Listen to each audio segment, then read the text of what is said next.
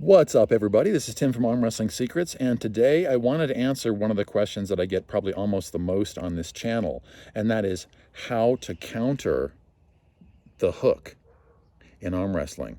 Okay, so the hook obviously is one of the most common positions, and that is what we're here to talk about today, but it's talking about how to counter it, okay? And I want to be clear about this. I could have said how to beat the hook, okay, but that's kind of opening up a bigger discussion. Okay, how to counter the hook is a better way to think about this. Now, counterattack arm wrestling is something I talked about in my video series 4 years ago, my 2017 Arm Wrestling Secrets video series. If you want to look at a lot of the counterattack arm wrestling, it's all in there. It's just a 6.5 hour video series, and it's 17 parts, but it's all broken up into different parts, and there's a lot of counterattack arm wrestling in there. And all the counters that I'm going to be demonstrating on this video are in that video, and they're actually done on an arm wrestling table with an opponent and things like that. Okay, but let me give you some kind of a breakdown on how to counter the hook and some initial thoughts I have on it. Okay, and I'm going to be going over some techniques on how to do that and why they work. Okay, so first of all, before I get into how to counter the hook, I want you to understand what I mean by that. Okay, remember that once you're in a hook match, okay, once your hand has been hooked, the counter is going to be different. For instance, I'm going to be putting out a video called what to do when you're stuck in a defensive hook. For instance, okay, like when your hand is already turned up, what do you do then? Okay, now that's not a counter to the hook. A counter to the hook is going to be what movement you're doing to keep you out of the opponent's hook position. Okay, so when you know the opponent, when you know what the opponent's move is going to do, then you can effectively counter it. Okay, so let's make the assumption you know your opponent is going to do the hook. Okay, and so we're going to counter that movement on the go. Okay, and I'm going to show you some of these counters. Some of these counters are effective in the middle of the match too. Okay, but they'll be most effective from the go, and that's going to give you the best chance of actually winning the match based on countering the movement that the opponent is doing. Okay, so like I said, we'll be going over different counters. Once you're stuck in the hook, I don't want you to think this is, okay, when I'm stuck in a hook, how do I counter it? Those are different technical aspects of the hook. Okay, once you're stuck in that position, you are no longer countering you're no longer trying to stay out of that position. You may be trying to get out of it, okay, but you are now stuck in it, and the counter is different. And so the counters that I'm going to be showing here in terms of countering the hook from the go are going to be, they're not going to work once you're in a hook position, okay? So those will be different counters, just to make that clear. Okay, so let's take a look at some basic counters to the hook, okay? So remember, in a hook position, the person obviously is ideally trying to go for this offensive hook position. If nothing else, they're trying to bend their wrist. They're trying to cup in your hand. They're trying to turn your wrist. Ideally for them is to turn your wrist into a defensive hook position where their hands and fingers ideally are lower than yours, and certainly ideally to the side. Okay, so if you have a good offensive hook position, I've said this before, ideally you should be able to have your fingers, if you extended them, okay, hypothetically, your fingers would be directly to the side, and that means your opponent's hand has to be turned all the way up. Okay, if your hand's just a little lower than your opponent, that means you're winning in a hook match. Okay, but I've already mentioned that in another video. Okay, so we're talking about how to counter the hook. Now, I'm going to talk about three basic counters to the hook, all of which can be used during the match. But like I said, that takes more seasoned experience to be able to do that, and it's much easier just to understand it from the get-go. Okay, so the mechanics of the hook are fairly obvious, okay, but there's some things going on there that might not be as clear, and it'll help you to counter the movement. Okay, so when someone's trying to hook your hand, I mentioned this obviously, and you know this, they're trying to achieve this position, which means your hand is also in a hook. Okay, if they're doing a hook, your hand has to be hooked. Okay, and you know that. Okay, so let's take a look at the mechanics of the hook. Okay, now you know that I'll just turn my body this way. You know it's the wrist flexors that are one of the primary strengths for attaining your hook. Okay, meaning the muscles on the inside, the muscles that are responsible for bending the wrist. Okay, remember, when you're in a hook, you're trying to force your opponent's hand up. Okay, you're trying to force you're forcing your opponent into a hook. You're trying to force their hand into an upward position, and that's the attack you've chosen on this opponent. Okay, so when the opponent is trying to hook you, what do you do to avoid being hooked? Okay, so the mechanics of the hook are the wrist flexion, and then, as I mentioned before, it's wrist flexion and then ulnar flexion. So you're kind of getting a combination of these muscles and these muscles, the ulnar flexors, to attain a good hook, okay? But basically, the first counter I wanted to talk about was, and remember, these counters are in my Arm Wrestling Secrets video series, all of them, so you're not missing anything. If you go back and watch that whole series, you'll see everything I'm talking about now, and you'll see it on an arm wrestling table, okay? But the kickback is the first movement I want you to think about in terms of countering the hook, okay? And we'll be going over counters to all of the different arm wrestling techniques in depth, okay? Counters to the hook and is in this video, okay? So from the go, this would be when the ref says ready, go. Now remember, you're making the assumption counter arm wrestling only works when you know what the opponent's going to do, okay? So each counter is specific for the opponent's move. So if they're trying for a hook, your counter is going to be against the hook. So if they go for a top roll, okay, don't be surprised if something goes wrong in that match, okay? So there's a different counter for every different movement, okay? So if they're trying to top roll you, okay, the counter would be different than the one I'm suggesting for the hook, okay? So basic mechanics, they're turning their hand in this way. Now, what's the opposite of that? It's this. So remember, they're doing wrist flexion, and you would be doing wrist extension. Okay, now that's a basic, really basic counter to the hook, but it's gonna be instructive to leading on to the other ones because it's just affecting basic biomechanics, and that's really what arm wrestling is all about. Okay, and you have to have strength to alter those biomechanics, but understanding all the different leverages there, that's what arm wrestling is all about. Okay, so when someone's trying to turn your wrist, a real basic counter, and this isn't my favorite counter or anything to the hook, but it's something you can use all the time. Okay, next time you go up to arm wrestle someone, just at practice, have them try to hook your wrist, turn your wrist, try to put you in a hook, just like that, okay? And your counter, really simple, would be a kickback, okay? So you're kicking back your wrist. You're doing the precise opposite of their movement, okay? You're countering their movement. Now, biomechanically, they are coming around your hand. When you're kicking back, biomechanically, you're doing the exact opposite. They're trying to turn, you're resisting by turning your hand exactly the other way. If you were hooking, you would turn your hand in. The opposite of that would be a wrist kickback. Now, you'll be surprised if you haven't tried this before and you have somebody who's just trying to hook you and you kick your wrist back hard, okay? You're not leaving their fingers anywhere to go around. You're making it extremely difficult to get a hook if you just kick your wrist back. Now, what I do is I add a little back pressure to that as well. So, especially in a real match, okay, and I'm going to show you more effective hooks that I would use in a tournament, okay?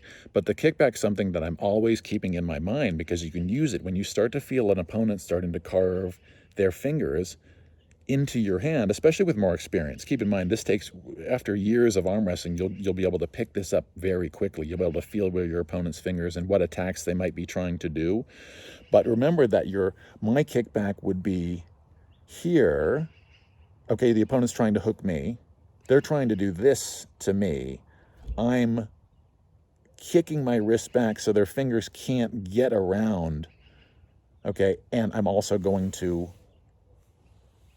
pull back. Okay, and that's going to force them to not only not be able to completely cup their hand in. Their hand is going to be trying to get around as the wrist is going the opposite way, their hand won't be able to come into the full hook that they want. But also, if I'm adding some back pressure to that, they're not only going to be having trouble getting their hands around me, their hand is also going to be extended. Okay, and so very much like I talked about a critical aspect to the hook a few videos ago, I talked about not moving your body until your wrist moves. Okay, so we talked about the hook, and the most important thing being the first thing you do is you're moving at the wrist before you're like, go. And then you would move, okay? But you've got to secure the wrist position first. Wrist first in arm wrestling, okay? Same thing goes for your counter, okay? Would be first, kick back first, not try to kick back and pull. This wrist extensor, the problem with the wrist extensors is they're very weak muscles. The wrist flexors are extremely strong. It's just based on leverage and biomechanics that this works, okay? It's not really a strength-based move, even though when you're kicking back, you want to do it as hard as you can, okay, to avoid the person's hook, okay? So you want to aggressively kick back your wrist in order, it's a powerful movement, it's just you don't have a lot of muscle here, okay? So, but it works biomechanically. So kicking back your wrist and pulling back, you'd be surprised how well that counters just a hook. And that can happen anywhere in the match. Remember, that doesn't, on the go, I have a better counter that I think you would be much more successful with, and that's what I'm going to show you next, okay? But the kickback is a really basic counter to the hook that you can use every second or at any moment of the match, okay, in order to stop that person from getting a hook. And I will use that at tournaments as well. It's a great counter to keep people from getting that hook position that they're trying to get. And oftentimes in advanced arm wrestling, you're going to see somebody trying a top roll and then kind of coming in for a hook and then maybe trying to come back for a top roll, things like that. So it's not just one move. It can be move. Remember, arm wrestling should be, especially if the match goes on, a chain of movements that flow from one to the next, to the next, to the next, to the next. And that's how you get really good at arm wrestling, is countering and quickly chaining those movements together. Okay, so the kickback was kind of like counter number one, without spending too much time on that, okay? Counter number two is the one that I find to be most effective for countering the hook, okay? Is the low hand top roll. And I think a lot of you who've been watching my channel, even for a short time, I think you know I'm a pretty big fan of the low hand top roll, but after this video, I guarantee you will be too. Okay, so we're understanding the biomechanics of the hook. We've already talked about it a little bit. The wrist flexors, ulnar flexion, okay, we already attacked that a little bit with the kickback. We did the opposite of wrist flexion.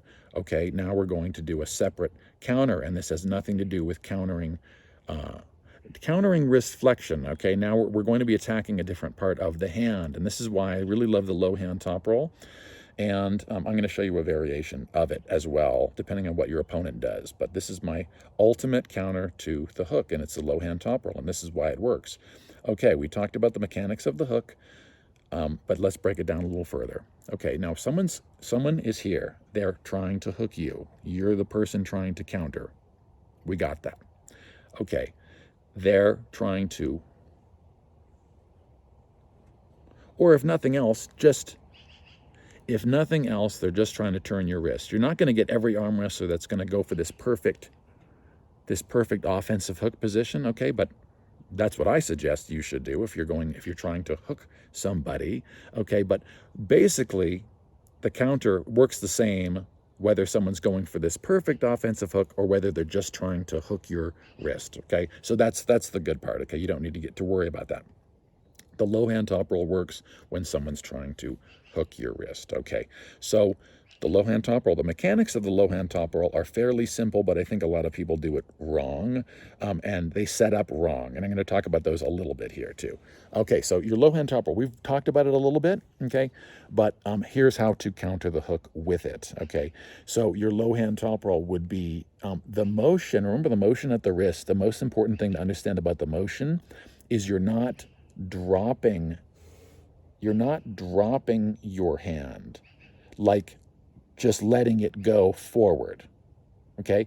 You're rising the lower part of your hand. There's a big difference, okay? It may not look like a big difference on camera. I'm trying to get my hand outlined here on the sky. You're not just, someone tries to hook you, you're not just dropping your wrist, okay? That doesn't have the effect, okay? You are rising this lower part of your hand in order to produce the effect, and here's why. Okay, so when someone, and this is really important, when someone's trying to hook, if you slow it down, if you slow down the motion microsecond by microsecond, this is interesting. Okay, now notice there's two halves of my hand, basically. You have this lower half with the two fingers on the bottom, and you have the upper half with the two fingers on the top. Okay, my index finger and my middle finger, and then my ring finger and my little finger, pinky finger, okay, on the bottom. Now, when someone is trying to secure a hook, where's the pressure really coming from? Is it here or is it here? Think. They're trying to turn your wrist. They're trying to manipulate your wrist. They're turning in. Where's the pressure coming from? Is it high or low? It's low. The sweeping pressure is coming through the lower half of the hand when they're trying to hook the fingers closest to the wrist. Their fingers closest to the wrist, which will be their lowest fingers closest to your wrist bones, will have the most effect in turning your hand upwards.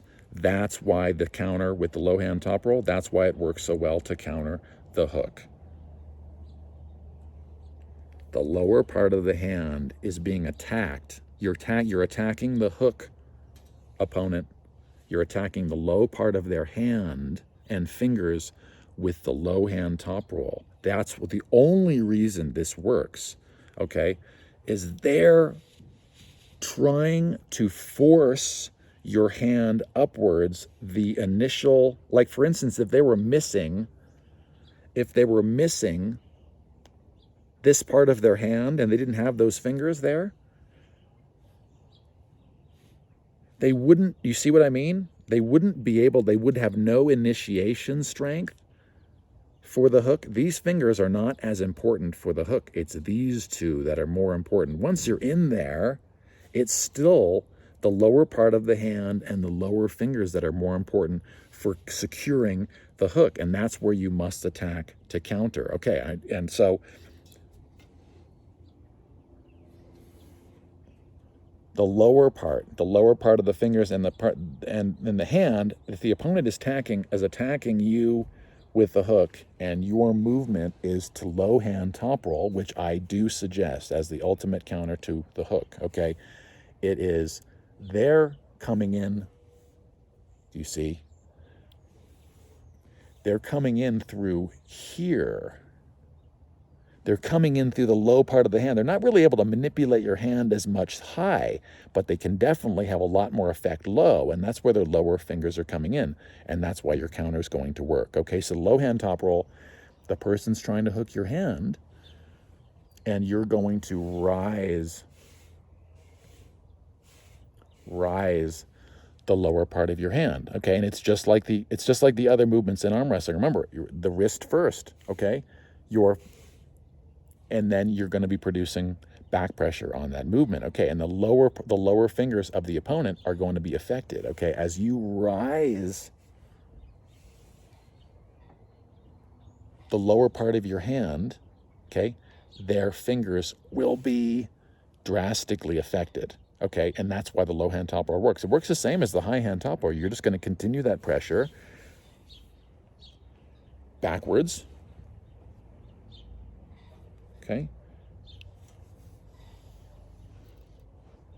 And their hand will be forced open into a top rolling movement, and then you'll be able to bring your pronation in, okay? So once you've opened their hand with your low hand movement, you just continue that backwards, and you're gonna come over, okay? Now, one variation you can see on this, and I'll demonstrate this better when I have my table out, okay, is with your low hand position. Remember, you're gonna manipulate the fingers of the opponent, okay? But one thing you might notice works really well, okay, and this is something you might not notice because it's happening so fast on a table, is another thing you can do once you've got that position, once you're opening the person's hand with that low hand position, like I said, I'm still going to just continue pulling back, okay? But what you can also do is you can kind of pull into a hook of your own at that point. Okay, so once you've kind of opened their hand, I don't just maintain this perfect hand position. That's how I'm going to initially affect on the go. The ref says 1, 2, 3, go. 1, 2, 3, go. Remember, the person's trying to hook on the go. You're pulling back on the go. Okay, but what I'm generally going to do on that, as I'm going to continue the movement over, is I'm also going to probably pull into a little bit of a hook position myself. It's just a stronger position, okay? It's not a particularly strong pulling position when your hand is down and you're just pulling back, okay?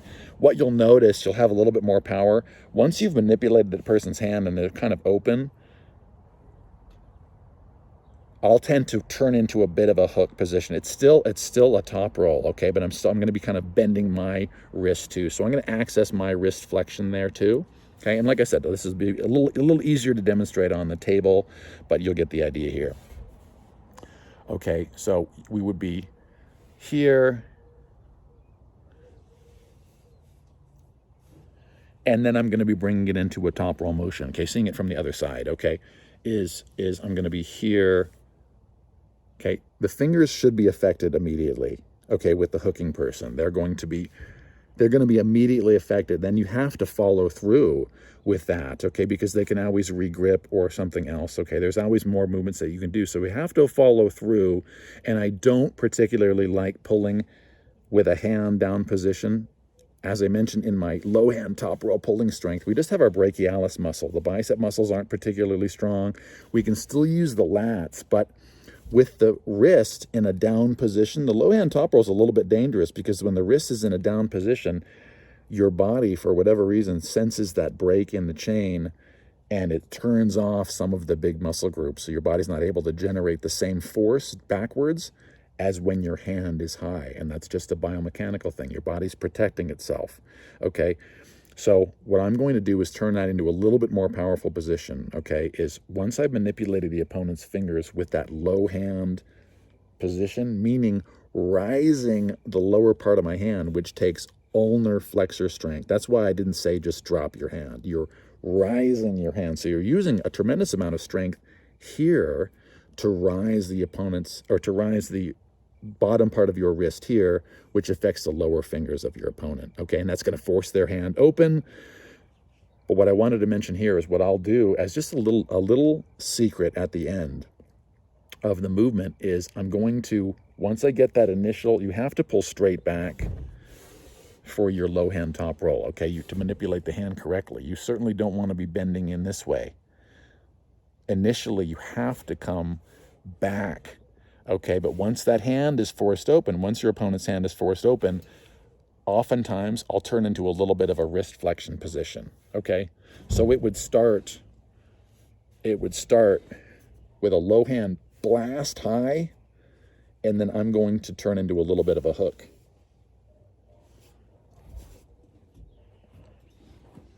So boom, boom,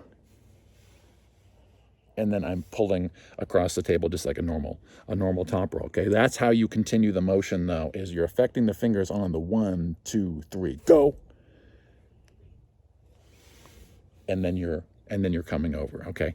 That's my favorite move for countering the hook, and like I said, remember that's on the go, but you can use it mid-match, okay? So and that's what I do all the time, is you're arm wrestling here, and you're having a match right in the middle of the match. If the person then comes forward and tries to go for the hook, you can immediately go into the low hand top roll. So it doesn't need to counter the move from the very beginning of the match. I just find that to be most effective. You're not always going to know what your opponent's going to do first, and that's the problem, okay? If you don't know, You're not going to be able to counter it effectively. But that move does work really well for countering the move mid-match.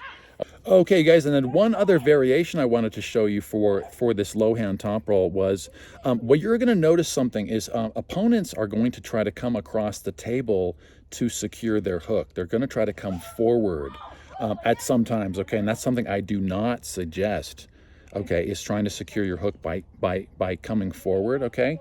For instance, what I mean is you're going to see arm wrestlers that once they're starting to get challenged and the only move they have is their hook position, you're going to see them, when they're getting their hand pulled away, you're going to see them, instead of staying where they are and focusing on other movements, okay, you're going to see them try to quickly capture the person's hand by coming across the table. And I think that's a huge mistake, especially if the opponent knows you're coming across the table, you're coming forward and you're trying to hook. You can be extended very quickly and very badly.